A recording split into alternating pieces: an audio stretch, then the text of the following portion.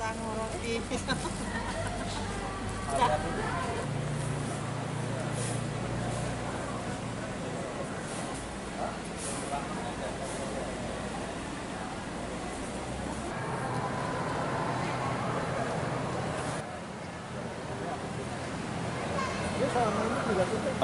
Khusus setelah memang ada kejadian di Surabaya ini, kita lebih tingkatkan saja patrolinya lagi dan juga lebih perketat untuk pengawasan pengunjung-pengunjung yang masuk, terutama yang memang membawa barang gitu. Jadi memang kita lakukan pemeriksaan.